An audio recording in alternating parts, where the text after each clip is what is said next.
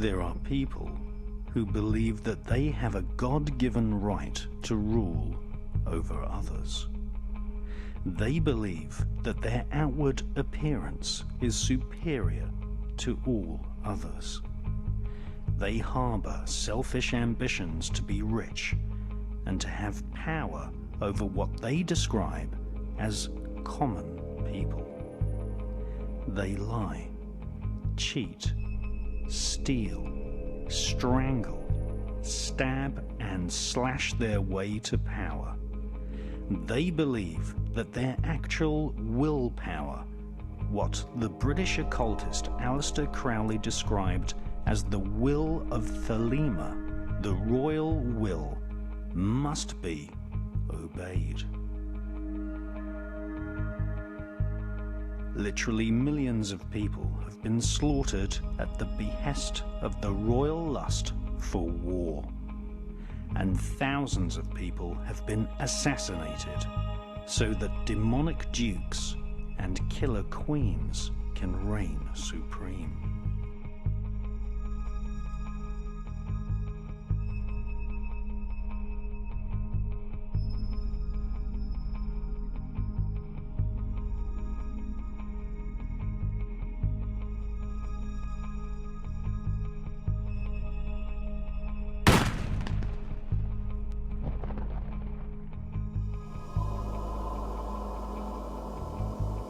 This cabal of crowned killers use the global network of secret societies, loosely described as the Illuminati, to do their bidding and killing.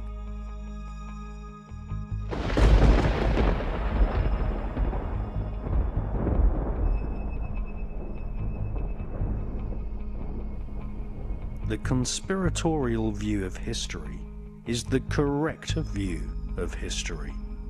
Conspiracy to grab property, conspiracy to make illegal profits, and conspiracy to assassinate has been the driving force behind the royal political elite for thousands of years.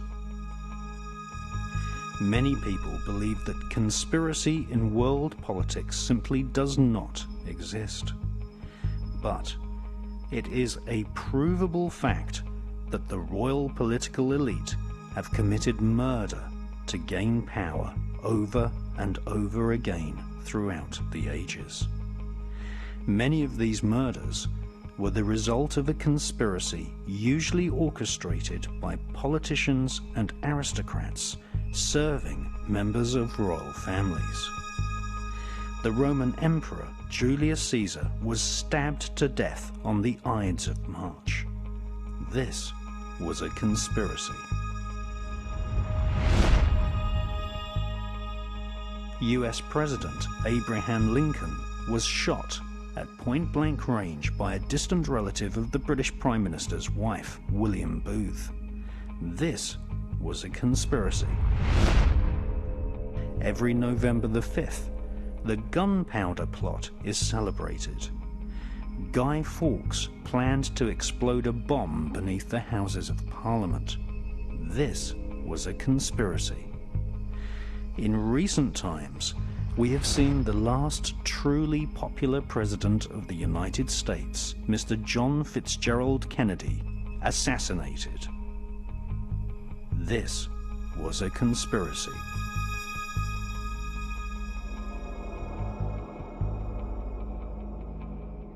According to Muhammad al-Fayed, Princess Diana was the latest victim of a royal conspiracy in which she was allegedly murdered under orders from the British royal family.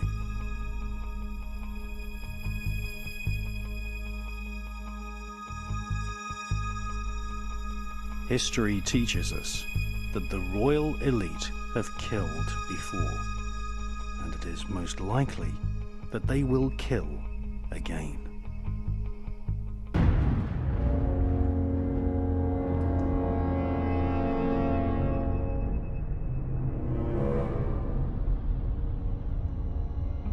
Many people believe that capital punishment, usually in the form of hanging, is no longer permitted in Britain. This is not so. The royal family still reserve the right to prosecute and then hang someone if found guilty of treason. Treason, in its most harmless form, is simply criticism of the royal family. A more serious form of treason would be to conspire, just as Guy Fawkes did, to attack the very heart of the royal political establishment. And another serious form of treason would be to accuse the royal family of murder and thus turn public opinion against the monarchy, possibly resulting in the dethronement of the royals. This film does commit treason, but it is the truth. History tells us that the German impostors who occupy the British throne have consistently tortured, illegally imprisoned, and even murdered, sometimes with their own hands, people who have criticized the monarchy throughout history. This film, for the first time ever, exposes the murderous and, in some cases, downright satanic activities of the monarchy.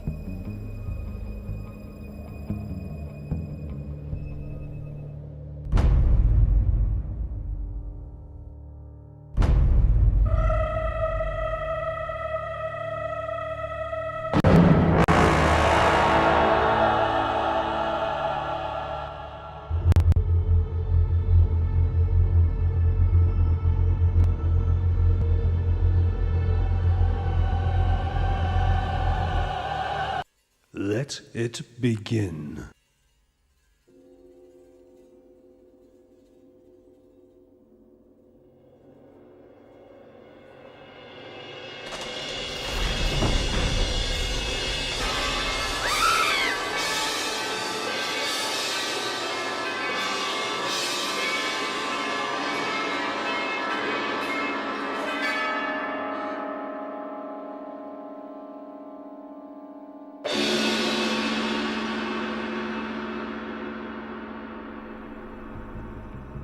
For the crowned killers of Europe, torture, disemboweling, hanging, burning, strangling, poisoning, and killing in the most satanic manner is the order of the day.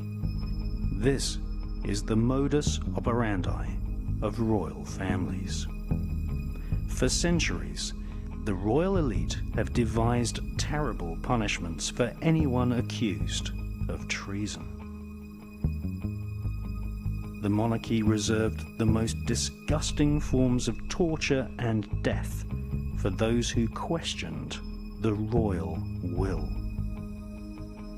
A so-called traitor would often have each arm and leg tied to 4 horses, which were whipped to gallop in opposite directions, thus ripping the victim into 4 parts, whilst still alive.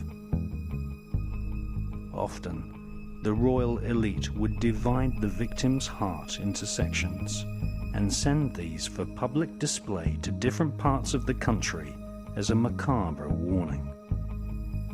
The British throne has been bathed in blood for centuries. At one time, Britain contained several small kingdoms. These small kingdoms, ruled over by an intermarried, self-elected elite, were gradually amalgamated into the single monarchy which rules over Wales, Scotland, Northern Ireland, England, Canada, Australia, New Zealand, and secretly controls the United States of America. As each decade dawned, the most ruthless, cunning, and murderous monarchs assassinated the regional kings and seized their property. Over history, the most heartless, cruel, disgusting, dishonest, and psychopathic royal family would triumph, eventually establishing a global empire where ordinary people are crippled with taxes demanded by a monarchy living on the other side of the planet. The so-called British Empire, which at one time included Hong Kong and India, was created by blade and bullet.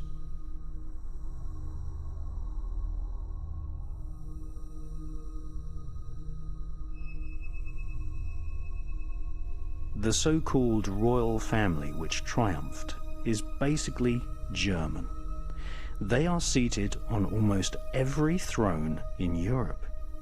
They are the Saxe-Coburg-Gotha-Battenberg bloodline, which often intermarries with the Hesse-Kassel German nobility and claim Jewish descent from the royal house of David in ancient Israel.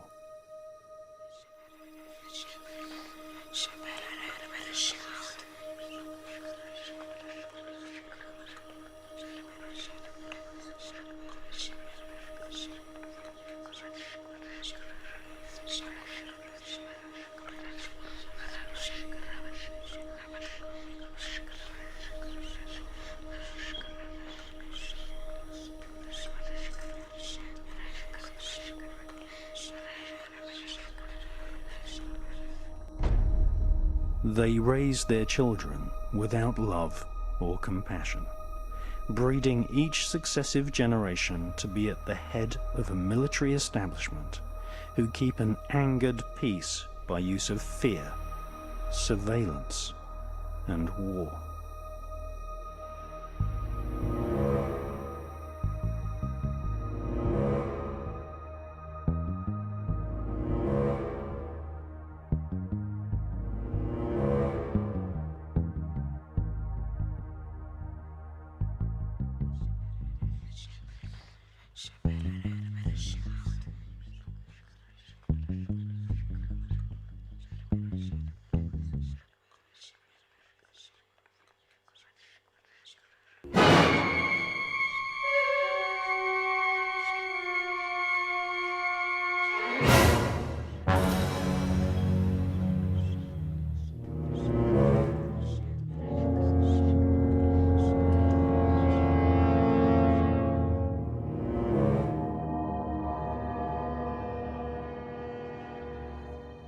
By the 1600s, the thrones of Europe were mostly occupied by Germans, which had super wealth, earning vast profits from peasant labor, outright slavery, and the international opium trade.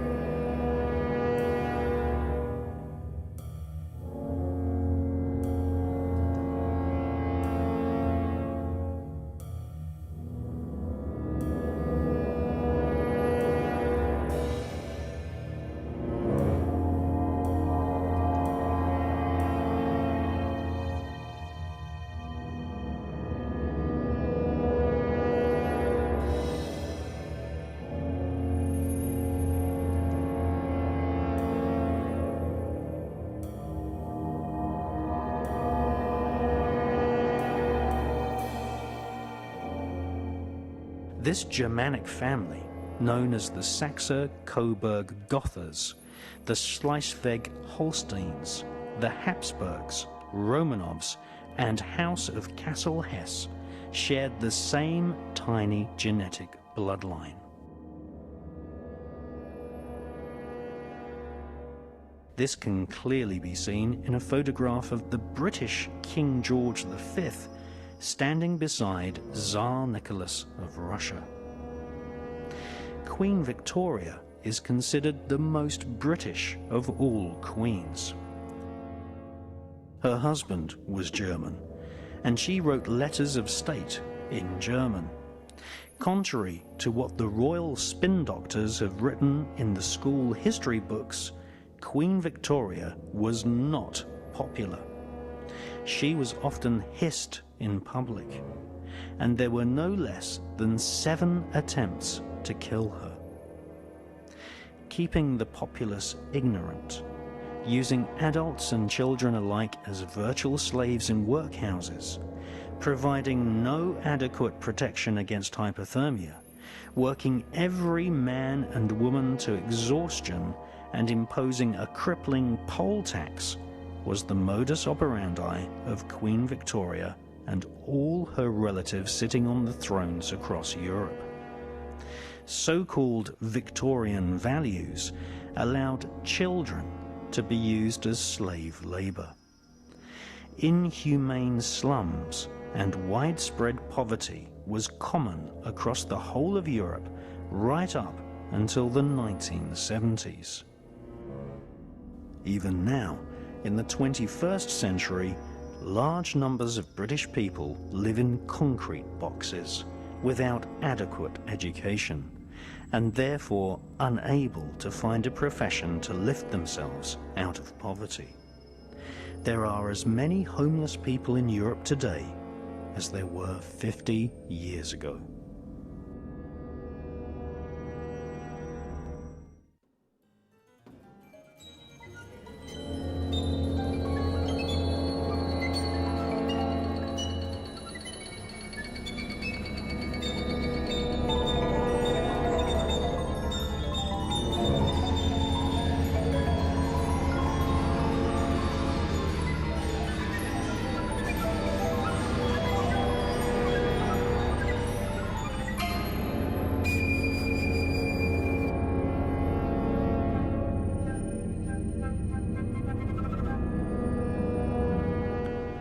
Today's royal family is in power due to the bloody, horrible, murdering activities of their forefathers.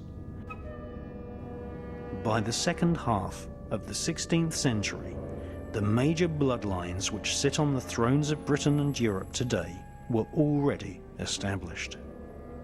One of the most vicious crowned killers was Tsar Ivan IV of Russia. His mother fell foul of one of the most common forms of royal assassination. She died of poisoning when Tsar Ivan was just 8 years old.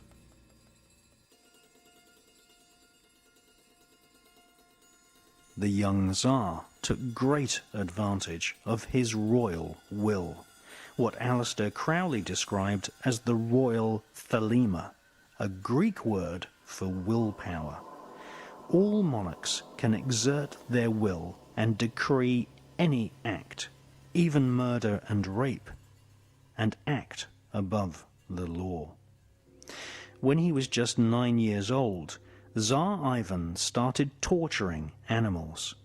This is a practice which is continued in ritual form amongst initiates of the Ordo Templi Orientis, a secret Masonic academy previously headed by Aleister Crowley. By the age of 10, Ivan, Tsar of Russia, would personally oversee the torturing of so-called political prisoners. These were people who had merely been critical of his power.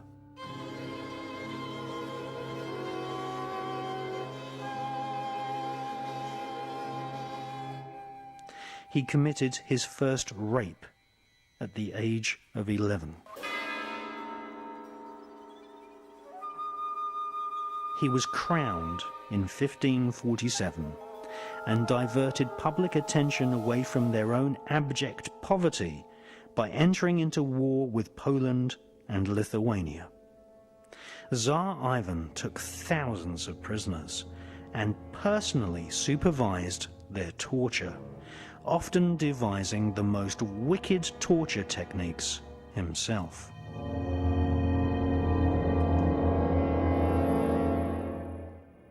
Tsar Ivan positively relished the screams of people as they had their eyes torn out. Women and even children were disemboweled, mauled by wild bears for his amusement, and people had parts of their bodies cut off and fed to his dogs whilst they roasted alive on a spit. Ivan also threw children into freezing lakes and rivers, and by 1569 he had extended his royal fortunes and property, with 60,000 people having been brutally murdered, many by his own hands.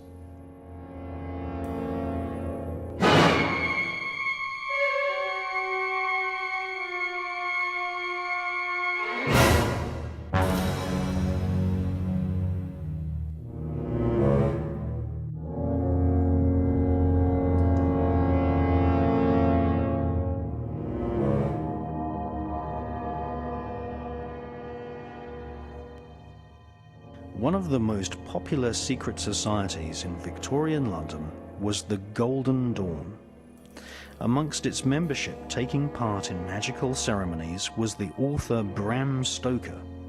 His most famous novel is Dracula.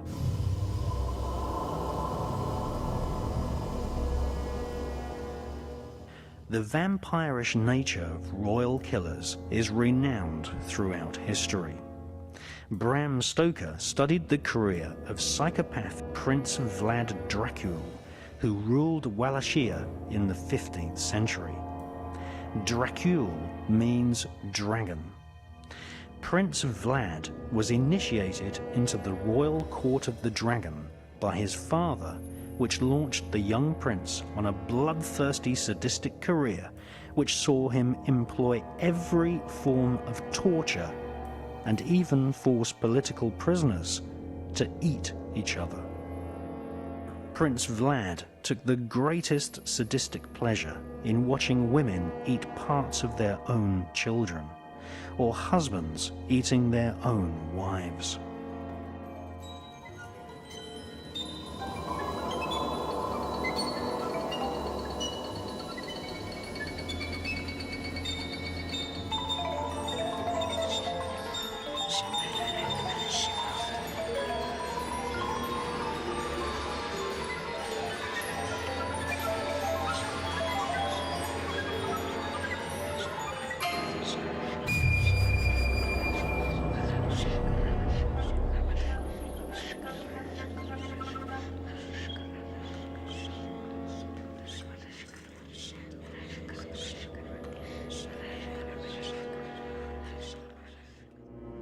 Every British and European monarchy has a history of murder by a brother, cousin, or wife. Even royal mothers have killed their own children. King William II of England was murdered by his own brother, who became King Henry I. In her fascinating book, God of the Witches, published in 1933, historian Margaret Murray revealed that King William II was a pagan warlock and had most probably been murdered as part of a ritual sacrifice to nature spirits who were invoked in order to assist the wicked royal dynasty of Britain. Pagan holidays, such as the equinox and solstice, play an important role in the royal calendar. In fact, the current heir to the British throne, Prince William, the son of the murdered Princess Diana, was cut from Diana's womb on the summer solstice, a date which has important occult significance.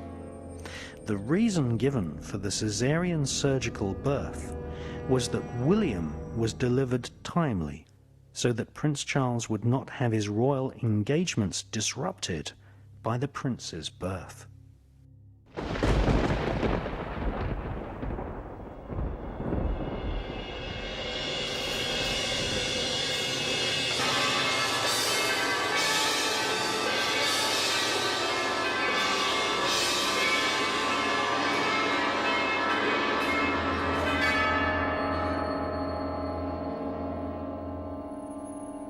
One of Prince Charles's royal antecedents was the cruel Angevin dynasty.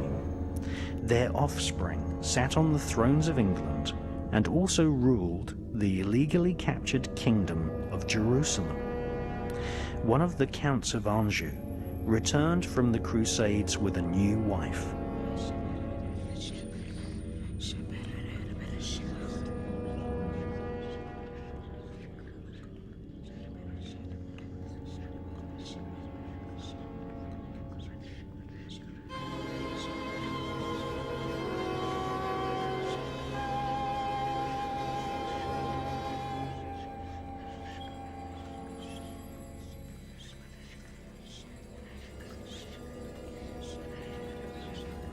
The so-called Crusades were perpetrated with the assistance of the Knights Templar. Thousands of Islamic men, women, and children were tortured and butchered whilst the Knights Templar ransacked holy places and slaughtered in the name of Christ. They were searching for ancient Kabbalistic texts whilst practicing a form of black magic, invoking spirits according to the teachings of King Solomon.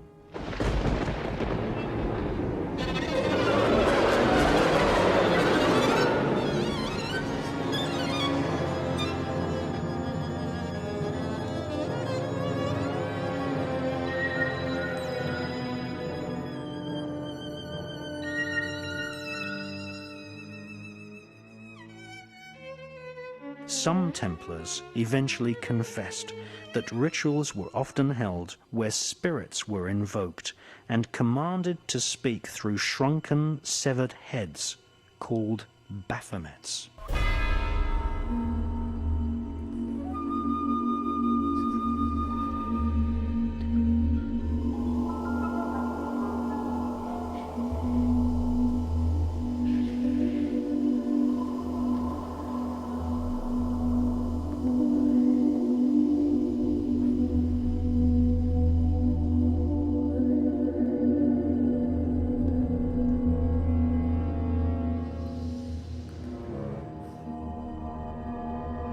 The Count of Anjou returned to Europe with a mysterious wife he had met during the Crusades.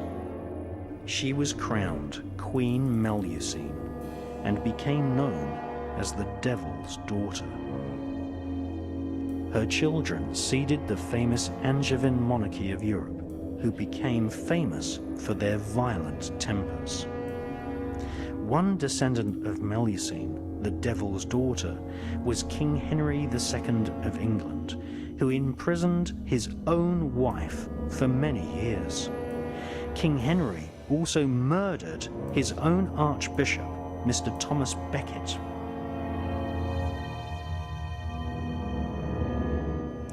King Henry's son was the wicked King John, who became famous through the legend of Robin Hood.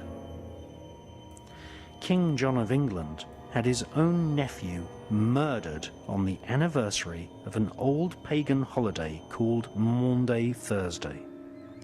King John was a professional psychopath, ordering by decree the murder of hundreds of people. In May 1194, he had 300 prisoners beheaded in an orgy of blood. In the year 1212, a number with significant occult associations, he personally oversaw the hanging of 28 young boys in Wales.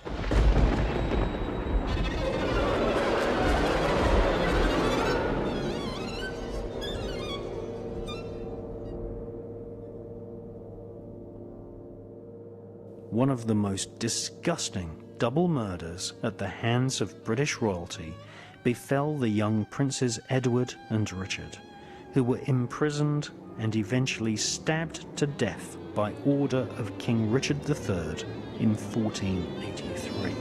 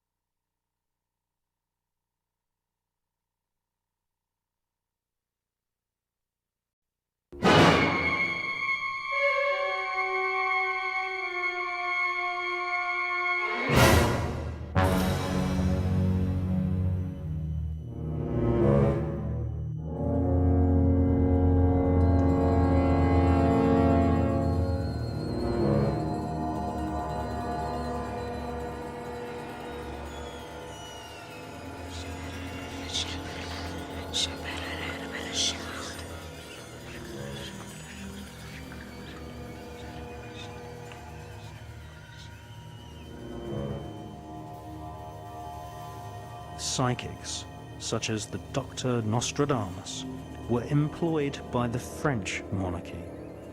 Nostradamus was a skilled scryer, staring endlessly into bowls of water until the reflected light was manipulated by spirits who foretold future events.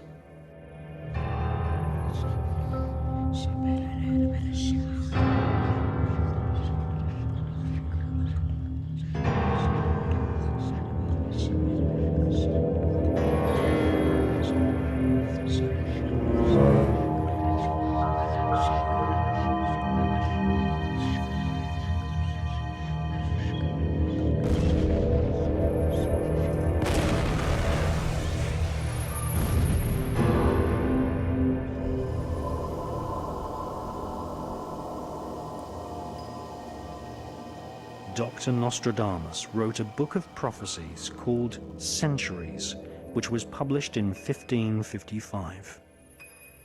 He describes events from the mid-1500s through to the end of the world, which is predicted to come in the year 3797.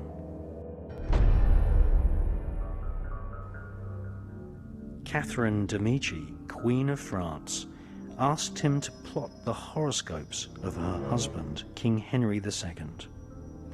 In 1560, King Charles IX of France appointed Nostradamus as his court physician.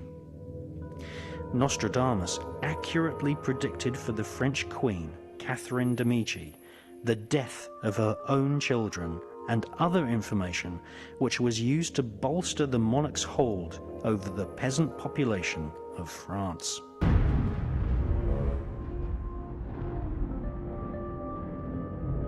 Magicians and mediums who consult with spirits have always been employed by the royal elite. In medieval Britain, Dr. John Dee was consulted regularly by Queen Elizabeth I. At the British Museum in London, we see the dark mirror which John Dee used to see or scry the faces of spirits.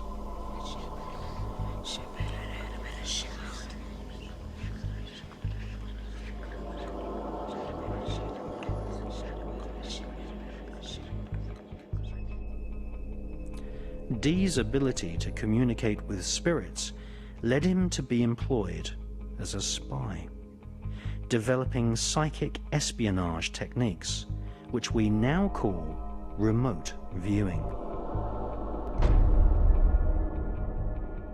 John Dee attended Trinity College in Cambridge, which became a place where occultists and the world of spies were intertwined. Aleister Crowley also attended Trinity College. In 1904, he wrote an introduction to an ancient book of spells called the Goetia. Soon after, Aleister Crowley followed the footsteps of John Dee and worked as a spy for Her Majesty's Secret Intelligence Service, MI5. In medieval Britain, anyone found communicating with spirits was in danger of being arrested by the many inquisitions organized by the Vatican.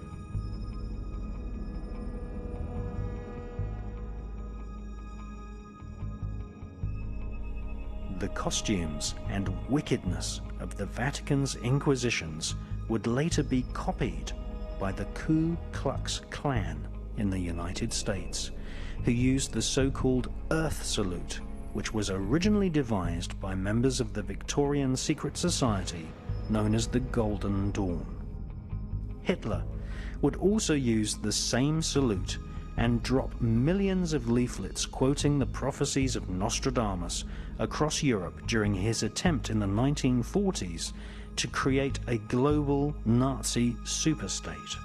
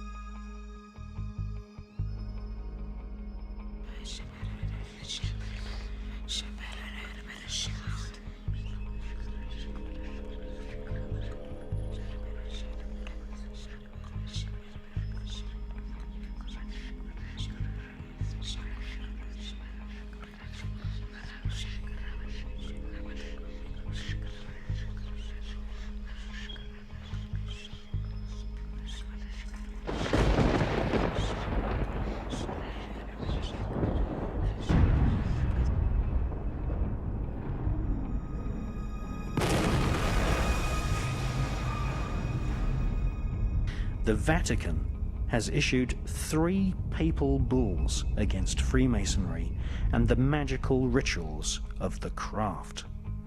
Many Catholics have also expressed doubt over the Hebrew science of spirit communication known as the Kabbalah.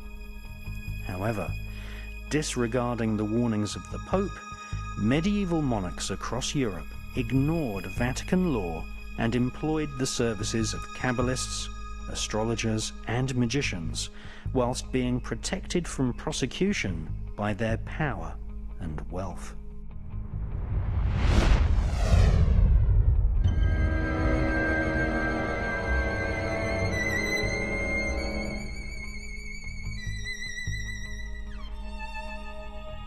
Dr. John Dee was secretly initiated into the secrets of the Kabbalah by Rabbi Lowe in the 1500s. The Kabbalah offers a route map which is called the Tree of Life. Discarnate spirits, some angelic, some evil, occupy each point on the Tree of Life. These spirits can be called forth and invoked to serve the magician. Medieval astrologers and Kabbalists such as John Dee were hired by monarchs to plan their wars, or to experiment with alchemy, trying to transform base metals into gold and thus increase the already spectacular wealth of the monarchy.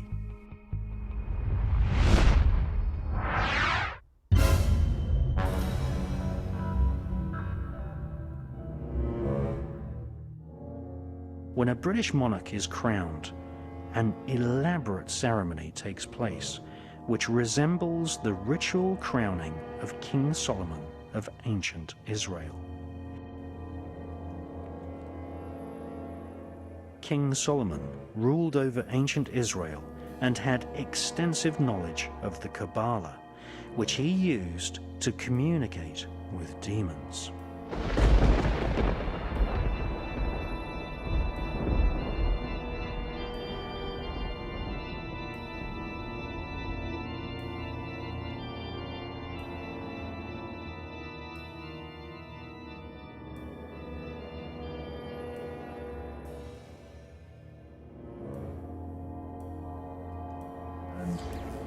As King Solomon was anointed king, the priest known as Zadok, and the prophet known as Nathan, so thou be anointed, blessed and consecrated, queen over all the people.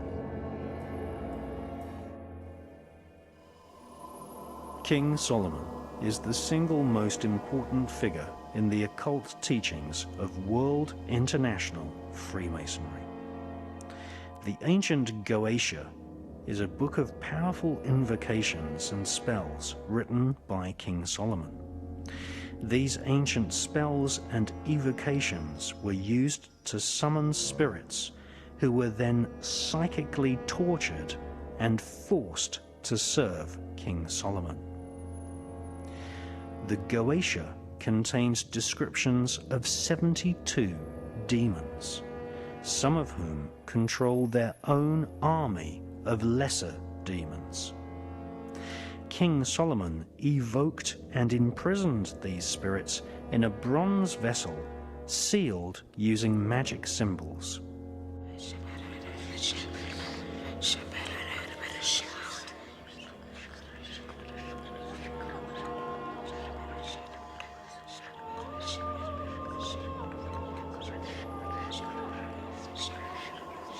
The Goetia explains how the spirits can be compelled into obedience. The Goetia describes a demonic royal hierarchy of spirits, many of which are referred to as knights, princes, and kings. King Solomon ruled ancient Israel from the year 970 to 928 BC. Satanists, occultists, and Freemasons worldwide venerate the memory of King Solomon, who owned a magic ring engraved with a symbol called the Seal of Solomon. This gave him power over the invisible monarchy of demons. This Seal of Solomon is better known as the Star of David. It is this symbol which is encoded into the $1 bill. It is also the flag of Israel.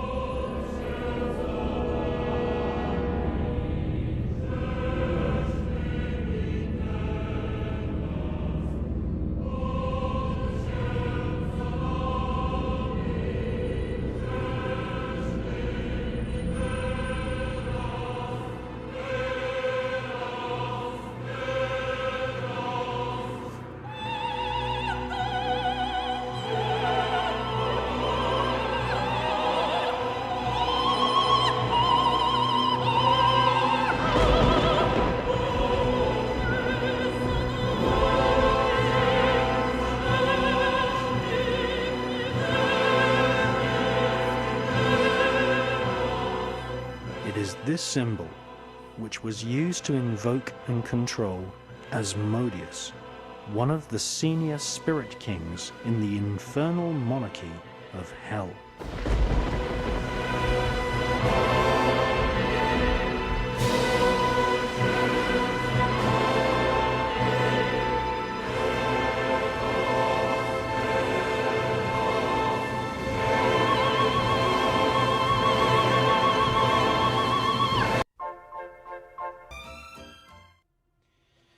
Well, David Icke's book, The Biggest Secret, is one of my all-time favourite books. There is a section in there talking about a character called Pindar, who apparently is the boss of some of these satanic councils or satanic groups in America, and he also attends rituals in Europe. And according to some of the sources which David Icke used for his book, Pindar, this character, is otherwise known as the Marquis de Sade, or the Marquis of Sade. So there is a section in the book saying, you know, can you give us any more information? And David Icke requests the reader, you know, if you've got any information, then come forward. Now, a good friend of mine actually wrote a book called The Way of the Dragon. And it's an excellent book. It's all in French, and I have French grandparents, so it's quite easy for me to be able to research ancient French documents. Now, Lebu was suggested to me by my friend as possibly being an anagram of the old French term, which is bilu or biliou. Now, bilu is a plural of the word Belial, and Belial means demon, and Beliou is an old French term for the plural, which is demons.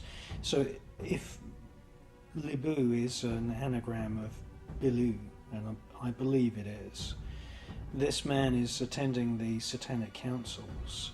Apparently he arrives in a white Rolls Royce or some white limousine. And he calls himself the Marquis of Demons, or the Marquis of Demons. Now that's absolutely fascinating, because many of the 72 spirits which we see described in the Howling, the Book of Howling, otherwise known as the Goetia, it's also known as the Book of Shadows. Many of the 72 spirits there, you've got all these instructions of how to summon these spirits.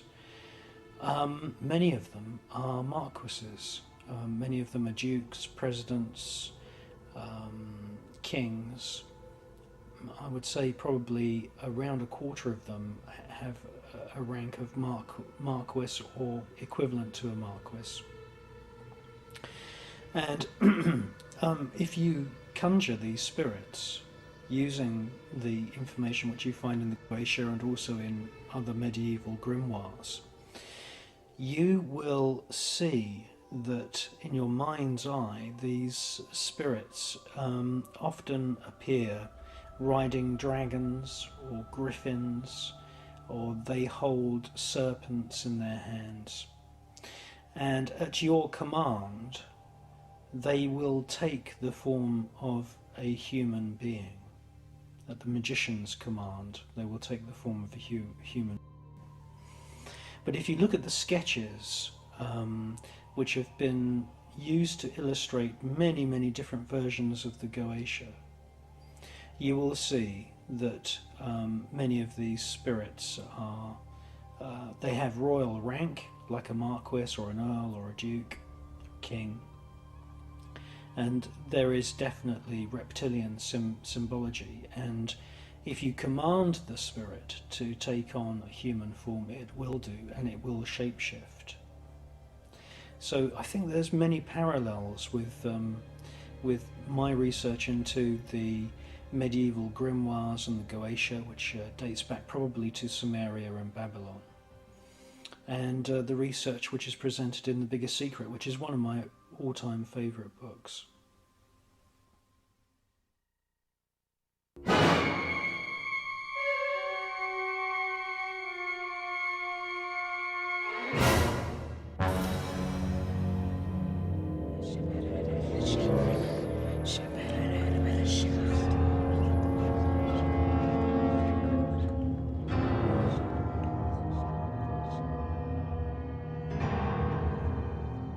Asmodeus, who often appears as a classic devil creature, can be found inside the church of Rennes-le-Château in the Languedoc region of southern France.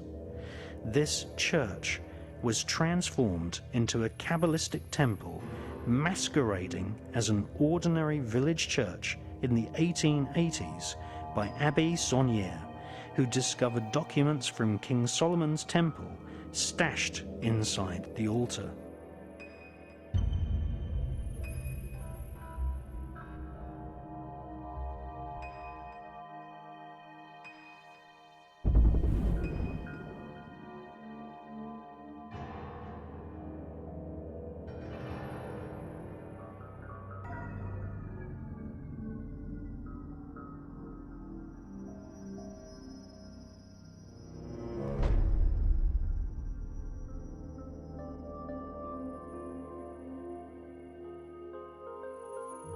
To this very day, the British coronation is a bastardized version of the actual coronation ritual of King Solomon.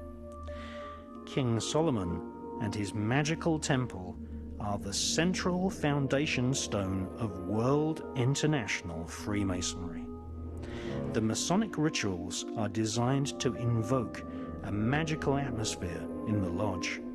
Millions of Freemasons meet every week at lodges all over the planet, all venerating and singing hymns to King Solomon and spirits. Since the Dark Ages, misguided, selfish individuals have joined various cults such as the OTO, the Knights Templar, and Freemasonry in order to study different elements of ritual, blood oaths, and a form of the Kabbalah. The upper levels of Freemasonry require the initiate to memorize dozens of pages of text written in Hebrew and study symbols used in the Goetia to invoke spirits. The Templars and Masons have been led by senior royals since the beginning. The Masonic network provides the monarchy with an invisible worldwide cabal who have sworn allegiance to the monarchy and their Masonic demon god known as Yabulon. The entity known as Baal is named by King Solomon as the most senior spirit in the infernal royal hierarchy of demons. Masons swear never to divulge each other's secrets. Also, never to criticize a fellow Mason, even if he be guilty of murder. This provides the monarchy with a global army of Freemasons willing to do their service in secret to the crown.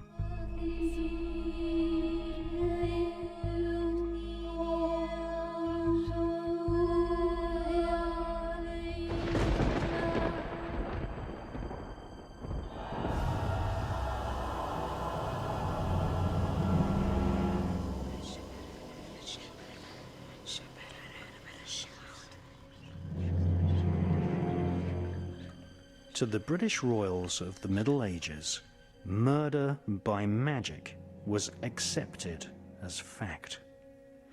Queen Elizabeth I and King Henry VIII ruled Britain at a time when the black arts of witchcraft and poisoning were inseparably linked.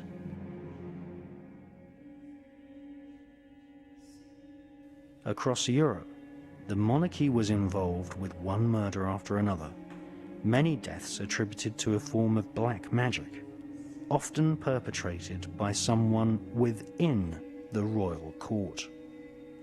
In 1388, the Queen of Aragon was accused of the attempted murder of her own son by using witchcraft. In 1419, Jeanne of Navarre, the widow of King Henry IV, tried using magical spells to kill her stepson, Henry V. Jeanne of Navarre was convicted on evidence offered by her chaplain. Further revelations exposed the fact that witchcraft was being practiced right at the very heart of the royal court of England. Like the Kabbalist magicians, witches were also sometimes employed by the monarchy.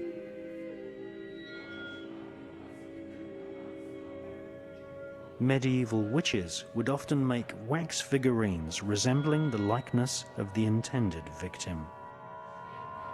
The doll would then be tortured and burnt, often causing ill effects on the victims. It is claimed that this technique can induce an early death by heart attack or disease. King Alfred recognized the tendency for royals and noblemen to use witchcraft and imposed the death sentence for anyone practicing the black arts. However, his law went unheeded. By the late Middle Ages, satanic black masses were attended by royals and aristocrats in Vienna, Paris, Venice, and London.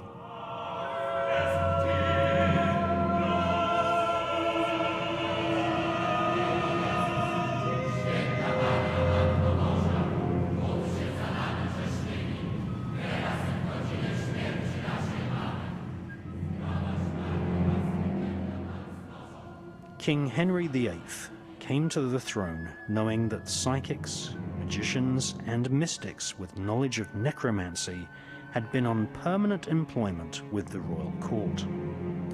In 1538, Mabel Brigg was executed in York for trying to kill Henry VIII using the so-called Black Fast, where the sorcerer performs a hunger strike inside a magic circle, whilst directing the wrath of spirits against the victim.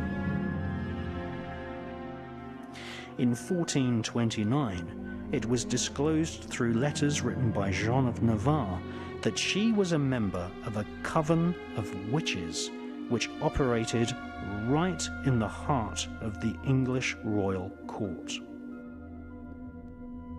One of her fellow witches was the wife of one of her stepsons, Eleanor Cobham, who was married to Humphrey, Duke of Gloucester. Eleanor Cobham was arrested on the 25th of June 1441 at the King's Head Tavern in Cheapside, London, and stood trial for witchcraft. Her husband was the heir to the British throne. Another royal witch was soon exposed, the Duchess Jacquette of St. Pol, who was married to another brother of Henry V. She stood in a witchcraft tribunal which heard evidence suggesting that she had ensured her daughter's marriage using talismans and black magic. A frenzy of satanic ritual was eventually exposed at the heart of the royal courts of Britain and France by several 19th century historians. Catherine de' Medici, the Queen of France, performed several satanic black masses for the benefit of the royal aristocratic elite. French author Jean Baudin wrote a book about witchcraft recounting that in the 1600s Catherine Monvoisin and the priest Etienne Guibourg performed black masses for the mistress of the King of France.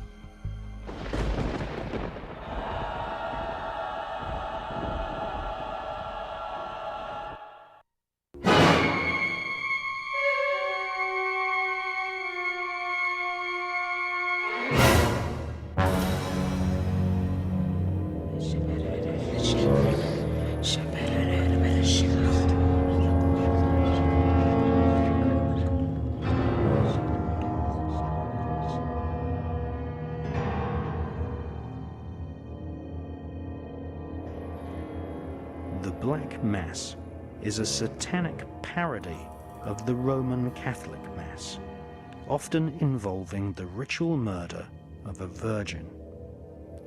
Aleister Crowley wrote extensively about ritual sacrifice and recommended that a child under the age of 9 of above average intelligence made the ideal sacrificial victim. Much to the horror of the 17th century royal elite, Etienne Guibourg publicly confessed that the mistress of King Louis XIV of France, Madame de Montespan, would lie naked upon a satanic altar with a chalice of wine infused with intoxicating herbs on her bare stomach. She would hold 2 black candles in each of her outstretched hands. The Royal Black Mass, combined with a family tradition of cruelty and outright evil, would be continued into the 1700s by the aristocrat known as the Marquis de Sade.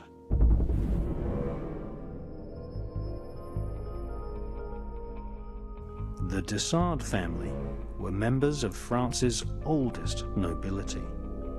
The Marquis de Sade repeatedly abused young prostitutes in his castle at Lacoste in France.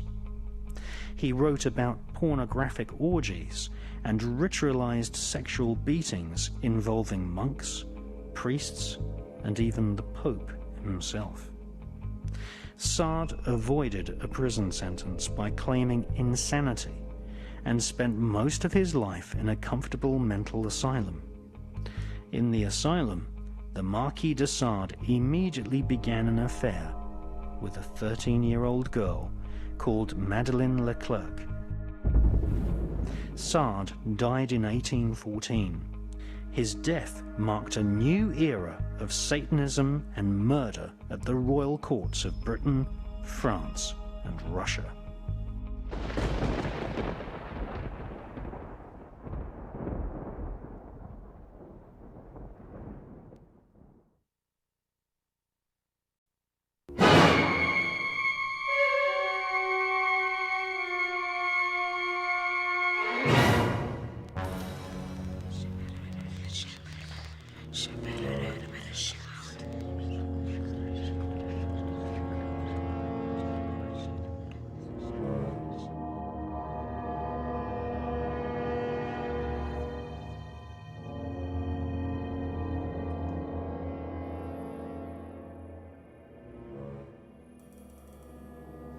Witch hunts of the Middle Ages took place all over Europe and even in the United States of America. However, witch hunts in the Russian Imperial Empire were much more rare. To this very day, a huge number of Russian people are attributed with psychic power. In the 19th century, the Russian Romanov royal family employed a powerful hypnotist and mystic. He has become known as the Mad Monk Grigory Rasputin. The story of Rasputin exemplifies the psychopathic nature of the monarchy. Rasputin was a self-styled monk and therefore had friends in the Russian Orthodox Church. Rasputin had endured poverty, giving him the common touch with the peasant population of Russia. He was revered as someone who could heal, therefore bringing him notoriety across the vast empire of Imperial Russia. Rasputin was also someone who could entertain the company of royalty. Rasputin was seen as a threat by the Romanov royal dynasty. Grigory Rasputin may have actually become Russia's first truly popular leader had he not been poisoned and murdered by one of the royal princes.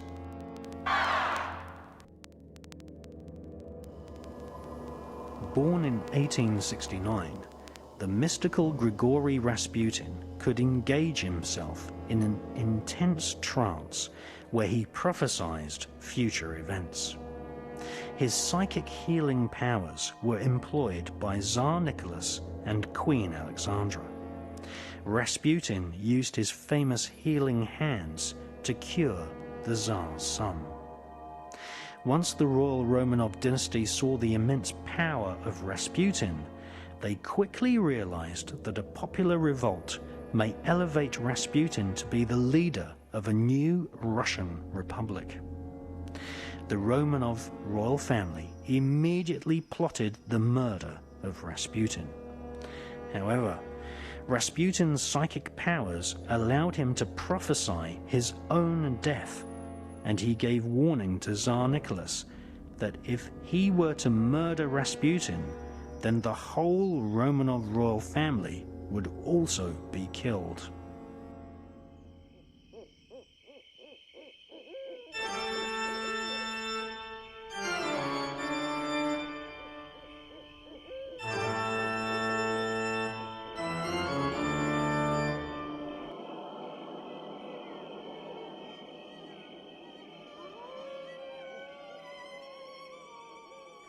On New Year's Eve 1916, Prince Felix Yusupov invited Rasputin to the Moika Palace in St. Petersburg.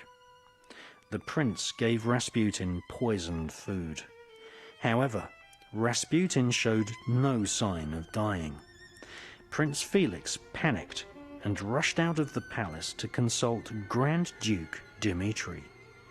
The Duke and Prince returned with a gun and shot Rasputin at point-blank range. A palace doctor was called who could find no sign of life in the body of Rasputin.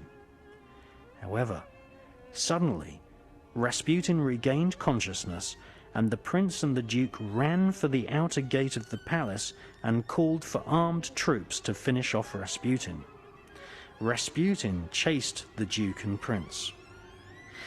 the crowned prince took a club and hit Rasputin repeatedly over the head in a typically psychopathic royal temper.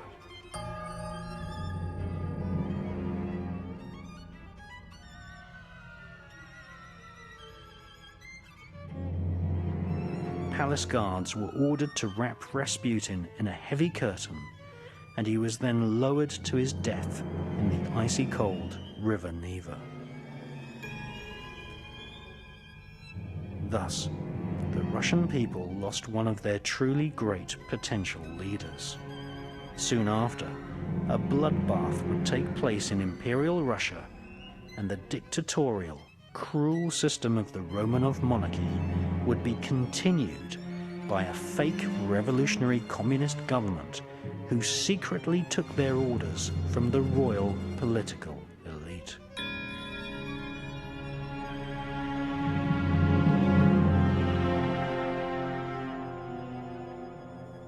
Descendants of the Russian monarchy and aristocracy now rule Russia from behind the scenes, having introduced the same system of globalization and stock markets which the royal elite have used to ensnare the economies of most countries on the face of planet Earth.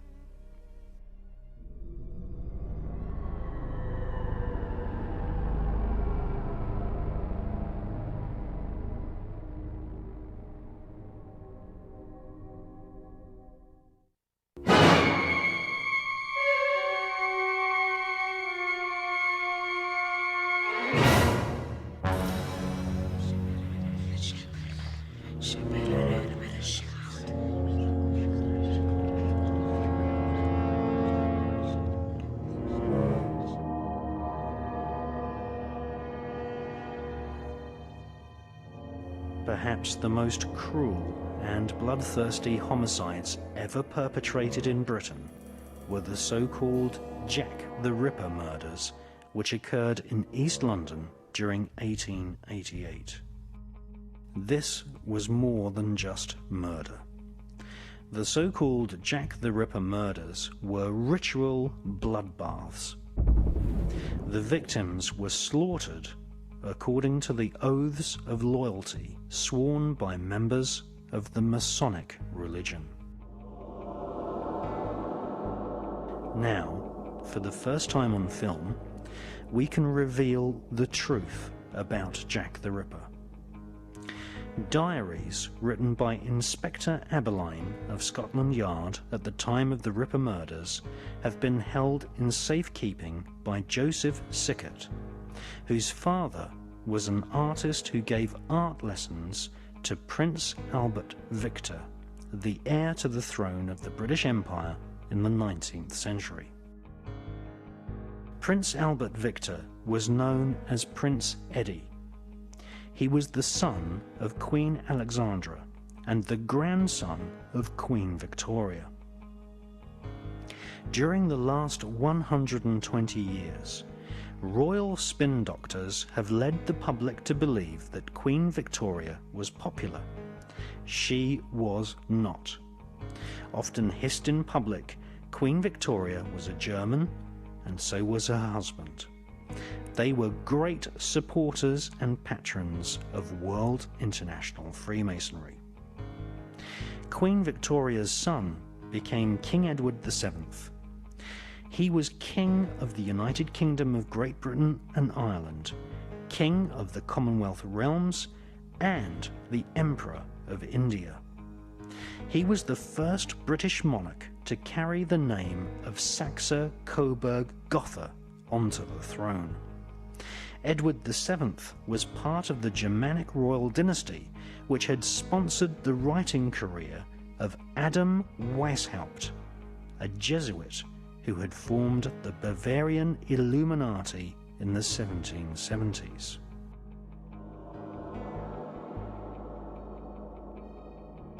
The Bavarian Illuminati infiltrated the upper echelons of Freemasonry, preaching a secret doctrine of a new world order, a global superstate where compassion and democracy would have no place. Since the 1700s, the Bavarian Illuminati has fragmented into an invisible global network of secret societies, which includes the infamous Skull and Bones fraternity at Yale University in the United States.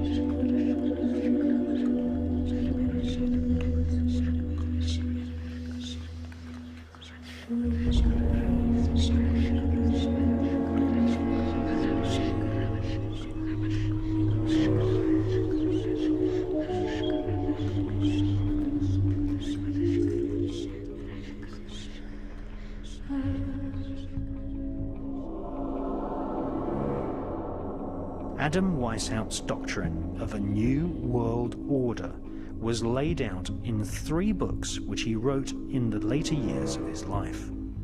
He lived in the town of Gotha, and his writing career was funded by the Saxe-Coburg dynasty, who came to the British throne through Edward VII. Edward VII was installed as Grand Master of British Freemasonry in 1875. He regularly appeared in public wearing the ceremonial uniform of a Masonic Grand Master. Like his Saxe-Coburg grandparents, King Edward VII was one of the biggest financial contributors to the Illuminati version of Freemasonry. He was crowned in 1901.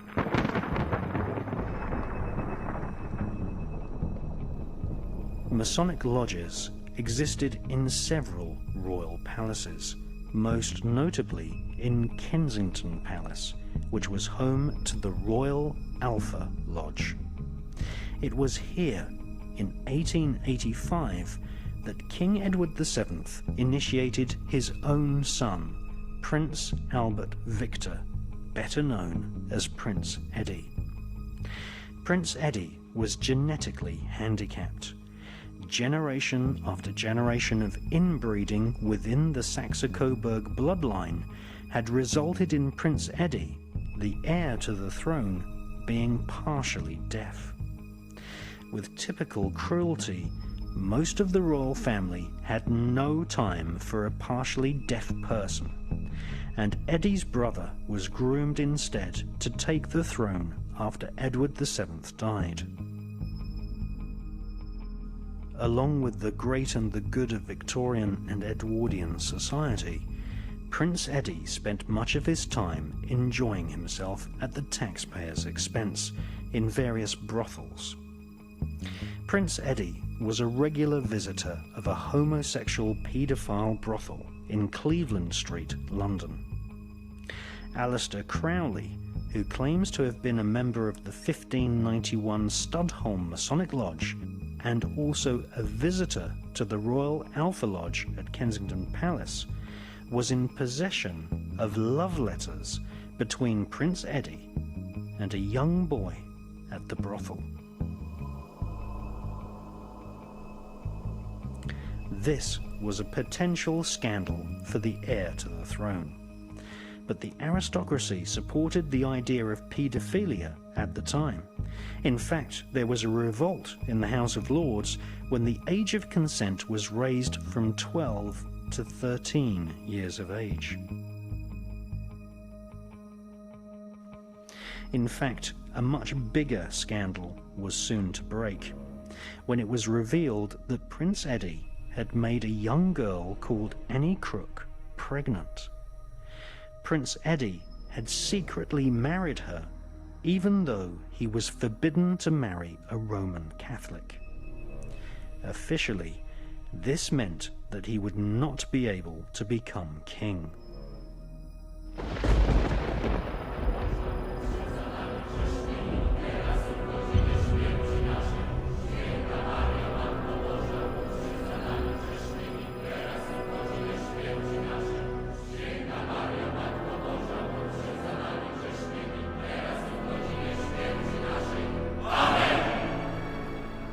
In 1884, the Pope had condemned the satanic nature of Freemasonry, and the royal political elite split into two factions, one Catholic and anti-Masonic, and the other Protestant, fiercely guarding the real power behind the throne, which was World International Freemasonry. Prince Eddie had secretly married a Catholic, and that was a form of treason. It infuriated powerful Freemasons. Mixed with a potent dash of royal paedophilia and Aleister Crowley's collection of homosexual love letters between the prince and a young boy, the British establishment was facing perhaps the biggest scandal ever to have rocked the monarchy. They decided to do what the monarchy has always done: stage a massive cover-up operation.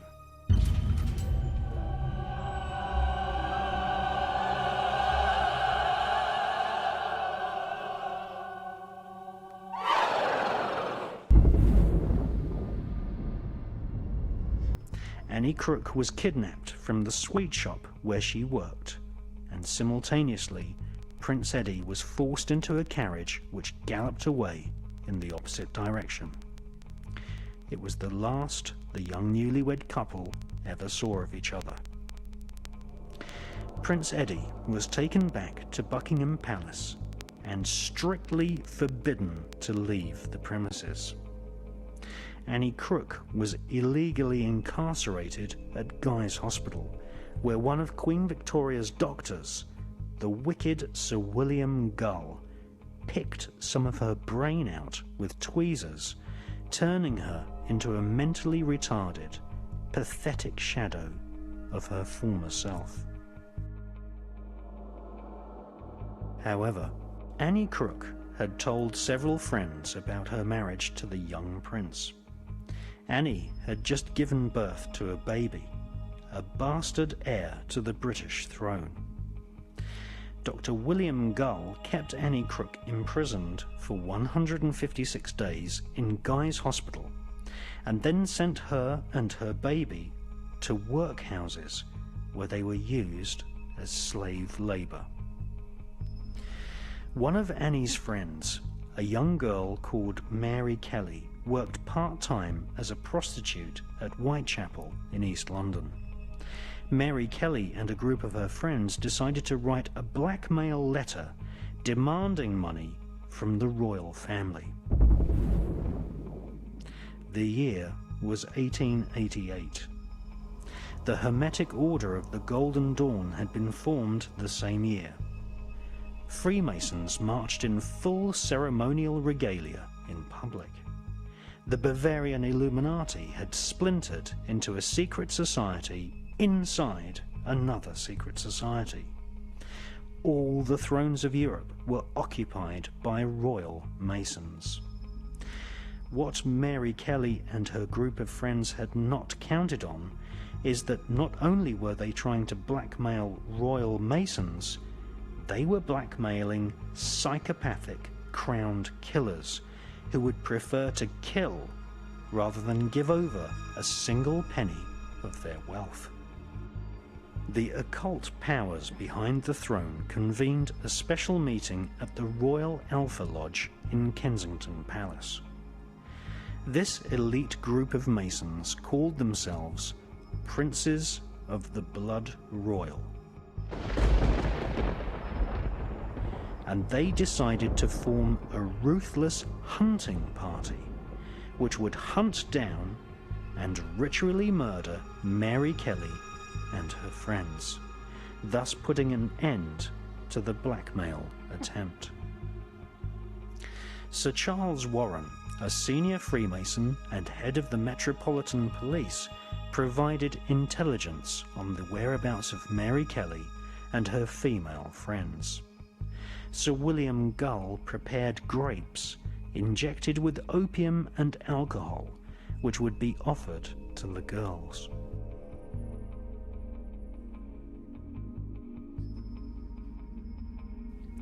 John Netley, a ruffian coach driver who worked for several aristocrats, would supply transportation. And J.K. Stephen, a socialite of Victorian London, would act as a lookout whilst the ritualised murders would take place inside Netley's horse-drawn carriage. According to the diaries of Inspector Abberline of Scotland Yard, diaries which were sealed in wax and held in safekeeping by the Victorian Impressionist painter and friend of Prince Eddie, William Sickert, the so-called Jack the Ripper murders were not the work of one crazy individual. These were meticulously planned ritual murders conducted in the Masonic tradition by a large group of aristocrats who hunted the young female victims rather like a country expedition killing foxes.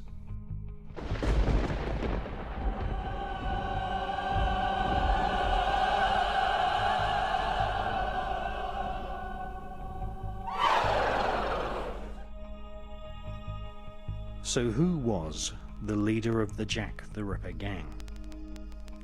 None other than one of Britain and Ireland's most senior Freemasons, the son of a duke, member of Her Majesty's Privy Council, an Oxford graduate, a Justice of the Peace, Secretary of State for India, Member of Parliament for South Paddington in London, Chancellor of the Exchequer, Leader of the House of Commons in the British Parliament, friend of King Edward VII, and Mason Magister Majestic Magistorium of the Orange Order in Ireland, future father of Britain's most famous Prime Minister. The leader of the Jack the Ripper gang was Lord Randolph Spencer Churchill. It was Lord Randolph Spencer Churchill who sliced Masonic emblems into the faces of the victims. It was he who coordinated the so-called Jack the Ripper murders. And this film puts an end to a 120-year cover-up by the royal political elite of Great Britain.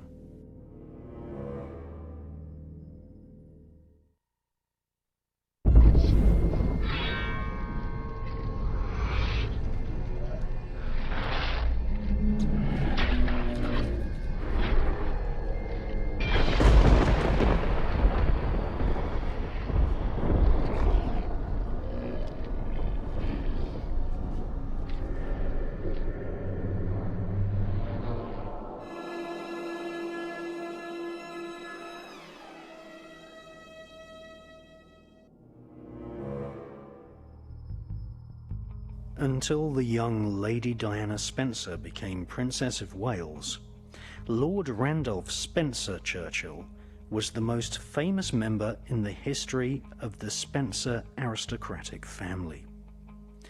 Her Royal Highness Princess Diana was herself a Spencer, a family which has served the monarchy for generations. She is distantly related to Lord Randolph Spencer Churchill, Jack the Ripper, and his son, Winston Churchill.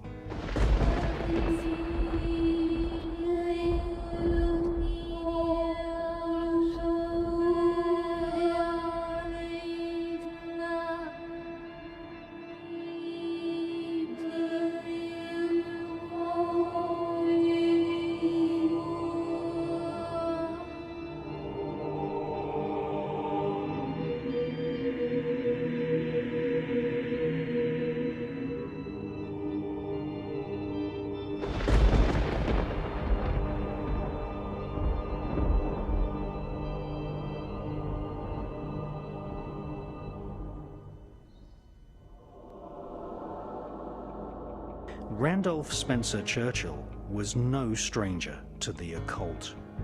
He ripped and slashed the victims, slicing Masonic symbols into their faces. According to Masonic instruction, the internal organs of the victims were torn out and trailed over their left shoulder. For these murders were ritual sacrifices, a public warning to anyone who was considering to commit treason.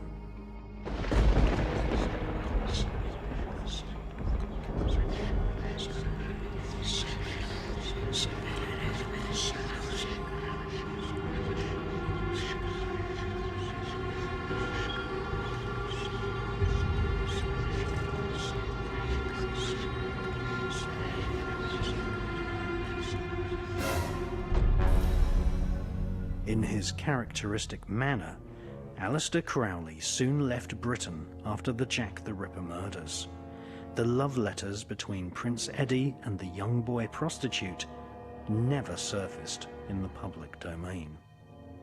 J.K. Stephen, one of the aristocratic gang of murderers, was so ashamed and shocked by the ritual psychopathic behaviour of Lord Randolph Spencer Churchill that he made his confession to Inspector Abberline at Scotland Yard. Of course, there were no arrests. In fact, Scotland Yard still, to this day, take great care to cover up the true significance and detail of the Jack the Ripper Masonic murders. When author Stephen Knight was given access to the Ripper file at Scotland Yard, he found that many important documents had been deliberately lost. Stephen Knight discovered later that some of the documents he had seen during his research for his book, Jack the Ripper: The Final Solution, had subsequently been destroyed. Soon after the publication of Jack the Ripper: The Final Solution, and also after having exposed the true nature of demonic Freemasonry in his excellent book called The Brotherhood, Stephen Knight was dead.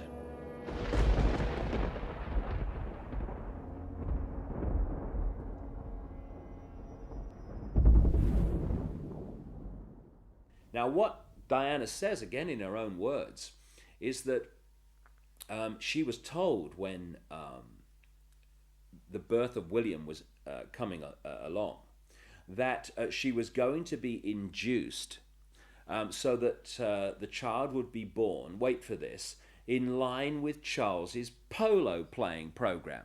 Now, first of all, even if that was true, which it wasn't, what does that say about a father that would have an induced child so it would suit his polo playing program? But what was the real story? If you go back to ancient Babylon and the rituals of these people, they're fundamentally connected to the sun and the cycles of the sun. Nimrod, Baal, the sun god. And one of the key days of the year in their ritual calendar, therefore, is the summer solstice. They induced William to be born when? The summer solstice. And this is what's going on around us all the time. There's a movie, which that television is telling us is reality. And then there's what's really going on, which is so different. It's its greatest form of defense. The chasm that people have to leap between what they are told is happening and what's really happening.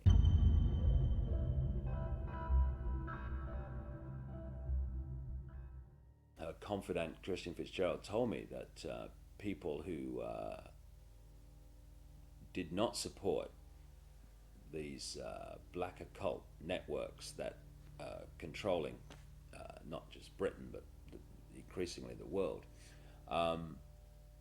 that were feeding her information and warning her that she was in danger.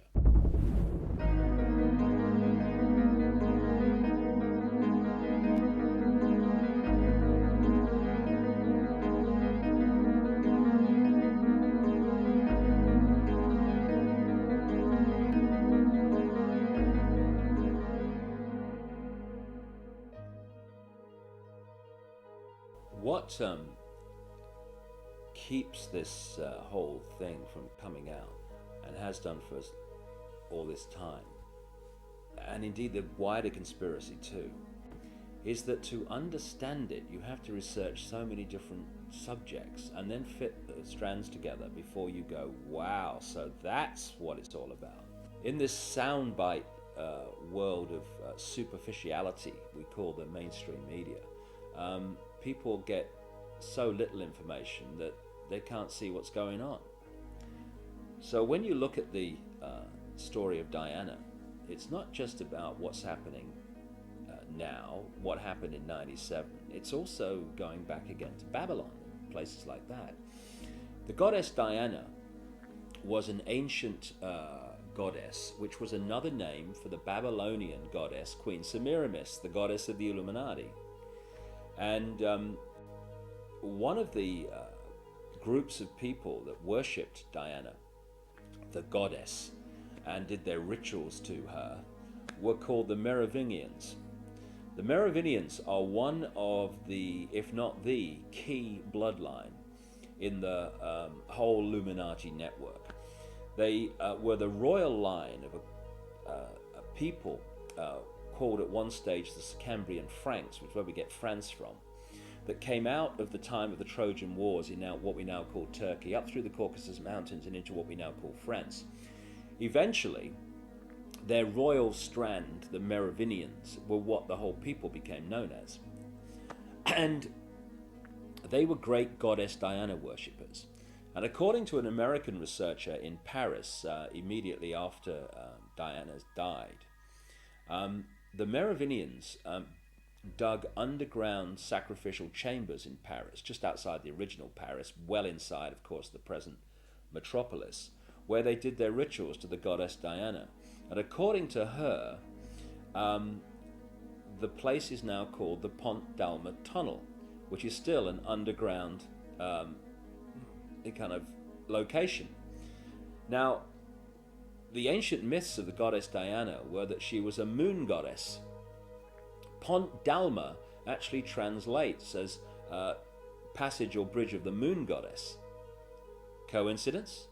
Why is it with the absolutely, I cannot emphasize this enough, the ritual symbolism obsessed Illuminati, why is it that even people who said, well, it was an accident, have actually said, well, there is one question. Why was Diana held in that tunnel for so long when she's supposed to have had internal bleeding, which needed repairing? Why not get her to hospital immediately? Why was she held in that tunnel for the best part of an hour and a half? Why? Because in the sick ritual, and that's what it was, the ritual of her murder, she had to die in that place of ancient sacrifice to the goddess Diana. And it was when she died that they then moved her out. And of course, goodness knows what have happened to her internal organs, because this is what these sick people use in their rituals.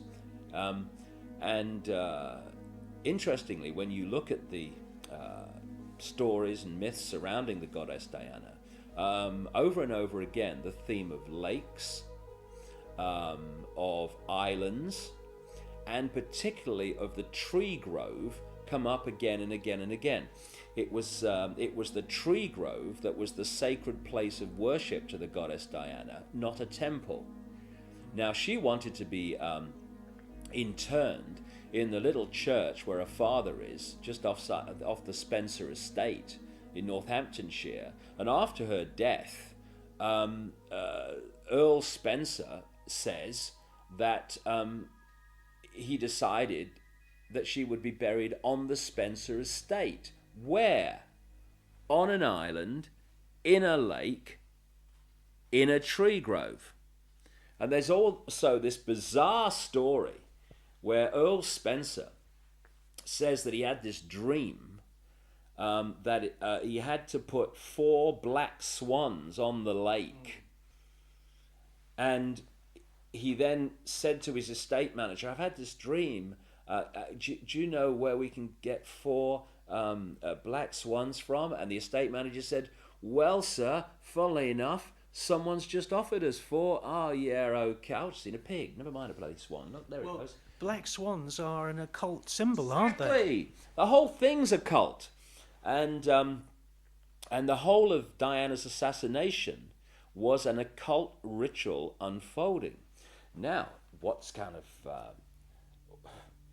interesting to me is that when I was researching The Biggest Secret, which I wrote in 1998, which is kind of unfolding now before our eyes, one of the people that I was introduced to was a lady called Christine Fitzgerald, who, as the tabloid media in Britain acknowledged, was a close confidant of Princess Diana for 9 years. They fell out a little while before her death, but for 9 years they were big time close. And Christine Fitzgerald is a hands-on alternative healer and into the esoteric, and therefore Diana could talk to her about things that other people would think, you know, oh, that Diana's mad, she's talking about this, that, and the other now. And I had long conversations with Christine Fitzgerald about the background to Diana and things that she experienced with her. And I had to have a wry smile to myself when the Paul Burrell revelations came out, because much of it was told to me years ago and is in The Biggest Secret. Not least that friendly people from organizations like MI5 were actually feeding Diana information, saying, you know, be very, very careful because they want rid of you. And so when Burrell produced this letter from Diana in which she predicted her own death in a car crash, in effect, it absolutely fits with what Christine Fitzgerald told me about her experience and what Diana said to her.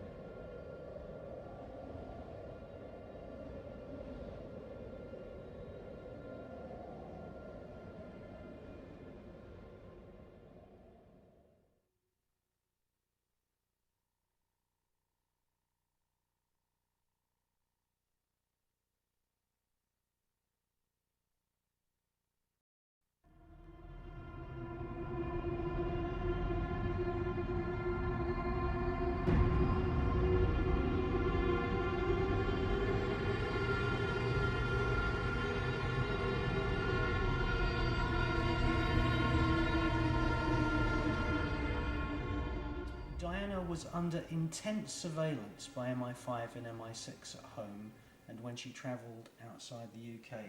Now, yesterday you made this interesting comment that she was the most photographed woman in the world. While she was alive. While she was alive.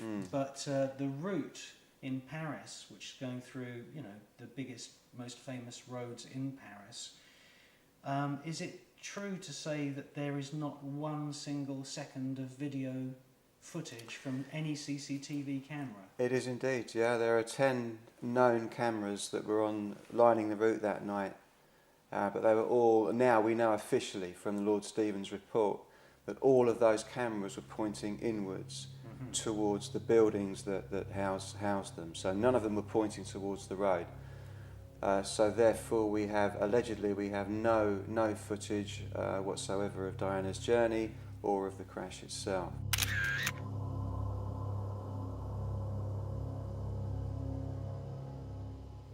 There's one photo of Dodie with Diana.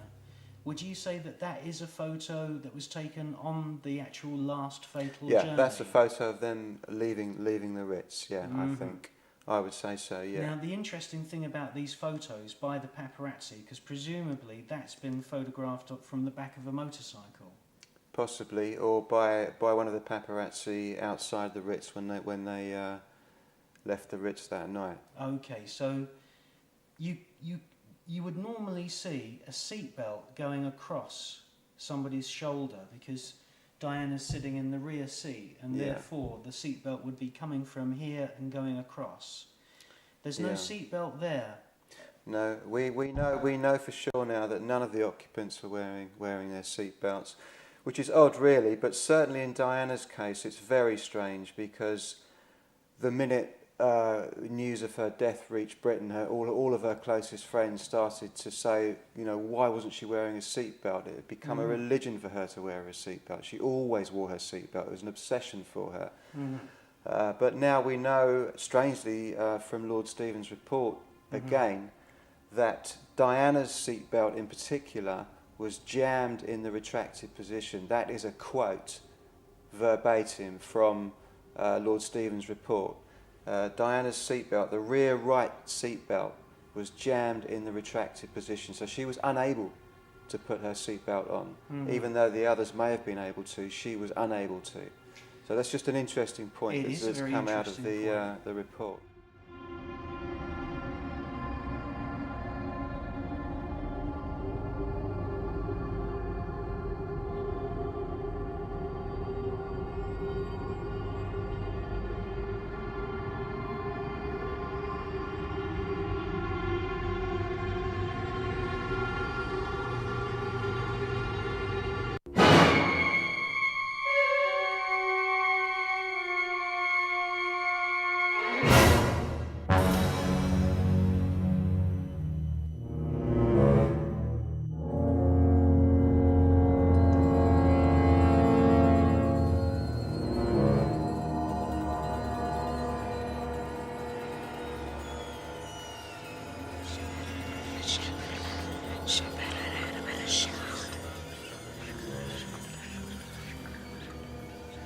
After Prince Eddie learned of the bloodthirsty campaign of murder unleashed by the Masonic Monarchy and saw the horrific photos of Mary Kelly and her friends in newspapers, he had a nervous breakdown at Sandringham. Sandringham was the birthplace of Princess Diana. When Prince Eddie learned of the evil partial lobotomy performed on his young Catholic wife, it was the final nail in the coffin for his sanity. However, the Masonic murderers had not completed their task. Lord Salisbury, the Prime Minister, now ordered Lord Randolph Spencer Churchill to kill Prince Eddie's wife and also their illegitimate bastard child. Luckily, Annie Crook escaped into the hinterland of obscure poverty. She gave her child, Alice Crook, to the artist friend of Prince Eddie, Walter Sickert, who moved to Dieppe in France. A romance eventually developed, and Walter Sickert married the young Alice Crook. They eventually had a child, a baby son, who is Joseph Sickert, the man who kept the diaries of Inspector Abberline and the truth about the Jack the Ripper murders secret for 5 decades. Still, the devilish cover-up plan had not ended. Prince Eddie himself then became the victim of a royal conspiracy. The Earl of Strathmore, who owned the huge Glamis castle, was employed to imprison young Prince Eddie.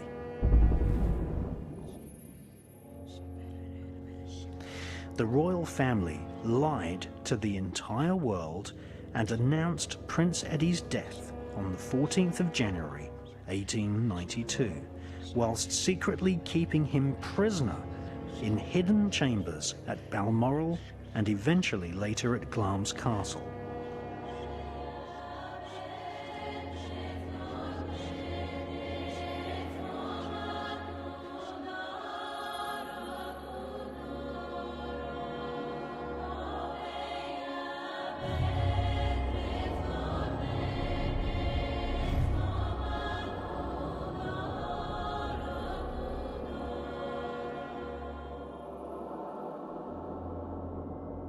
Balmoral Castle sits by the River Dee, just north of Lochnagar, 9 miles west of Ballater. Balmoral has 25,000 private acres of forest and deer parks, all maintained at the public's expense. It was here, at Balmoral, a Scottish stronghold standing nearly 1,000 feet above sea level that was chosen as the place where Prince Eddie would be murdered.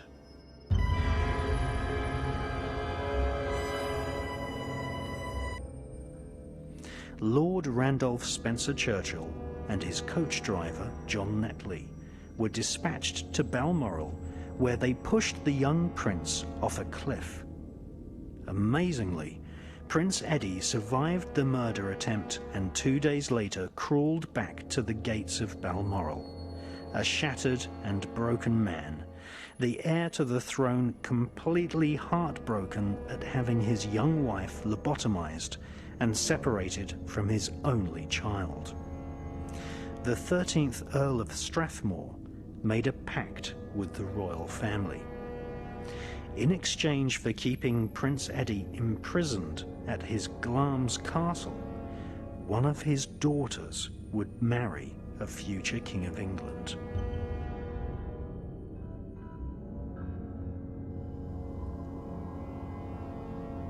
Glamis Castle has more than 100 rooms and many secret chambers.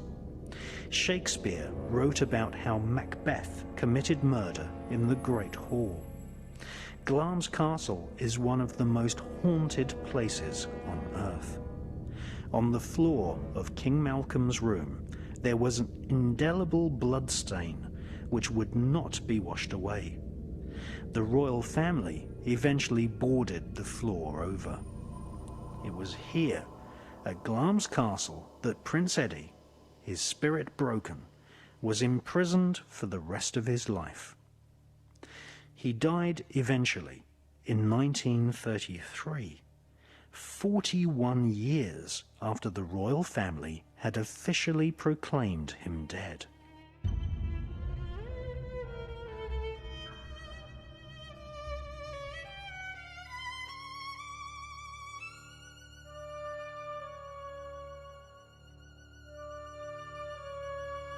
His mother, Queen Alexandra, visited Prince Eddie just once.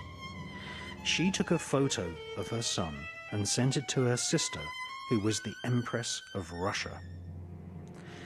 For the first time on film, we can now see this photo, a picture of a broken-hearted man imprisoned against his will, sitting alone in a small chamber, painting pictures which no one would ever see.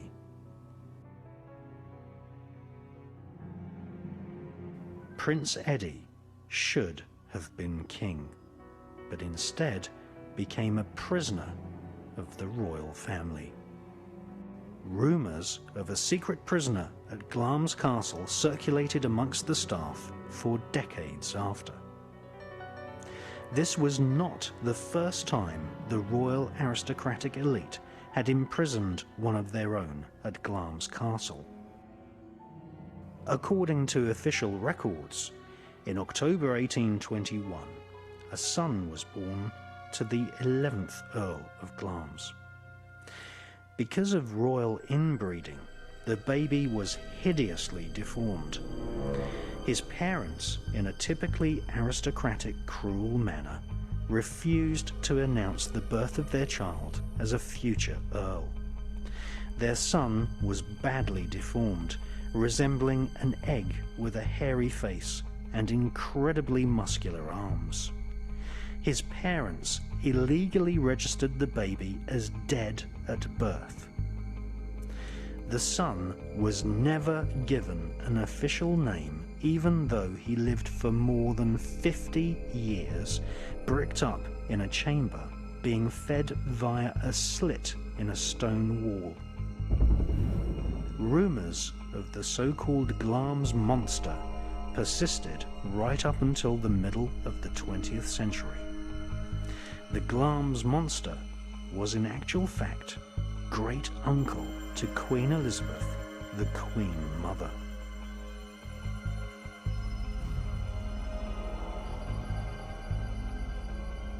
The pact made between the royal family and the Earl of Strathmore was eventually fulfilled. In exchange for illegally imprisoning young Prince Eddie, a daughter of one of the Earls of Strathmore would marry a future King of England. The girl born in 1900 and groomed to fulfill the pact was Elizabeth Marguerite, who married the future King George VI. King George's real name was Albert. He was Provisional Grand Master Mason of Middlesex and was installed as Grand Master of Scotland by a Masonic lodge which met from time to time at Glamis Castle. In 1936 he became king, and his wife became the beloved Queen Mother of Queen Elizabeth II. She recently died after several whole-body blood transfusions, and, unlike the death of Princess Diana, the Buckingham Palace flag was lowered to half-mast immediately following the Queen Mother's death. The Queen Mother, who had spent much of her childhood in the haunted halls of Glamis Castle, went to her grave with the royal spin machine in full swing, hiding the macabre secret to why she had been chosen as queen by King George VI.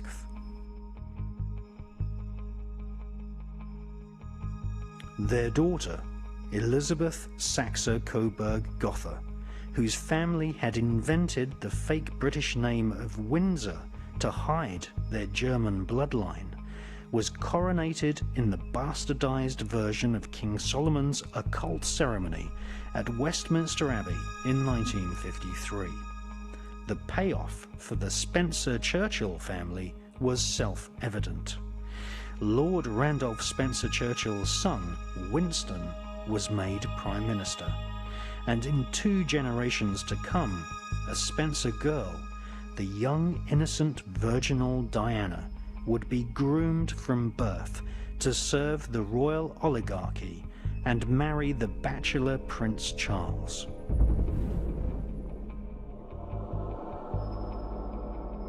The legacy of the Jack the Ripper murders continued. The Spencer-Churchill family eventually received an immense payment from the newly formed National Lottery in Britain.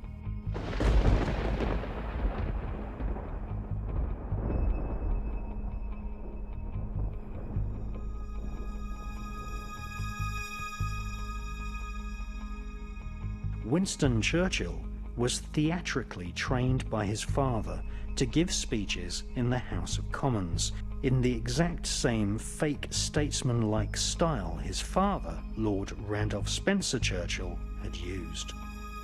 In fact, some of the most important speeches of Winston Churchill were actually re-recorded by an actor, and it is these fake speeches which are often played on radio and television.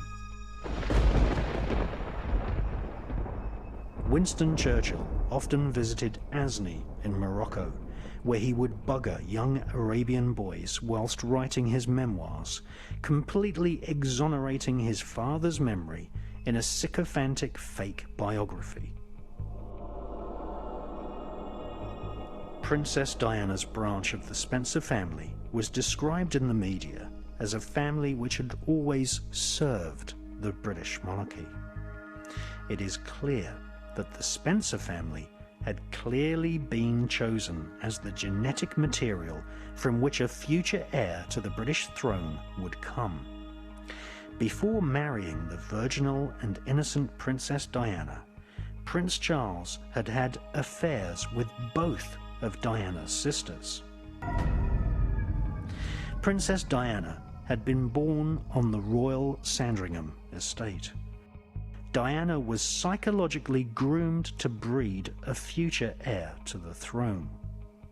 In Diana's own words, once she had given birth to an heir and a spare, the cruel-hearted Saxe-Coburg dynasty returned to their evil ways and ostracized Diana, eventually stripping Diana's HRH title. Following Diana's appearance on the BBC's Panorama programme, where she criticised the royal family, British military intelligence were ordered to plan a brutal car accident which would kill the people's princess.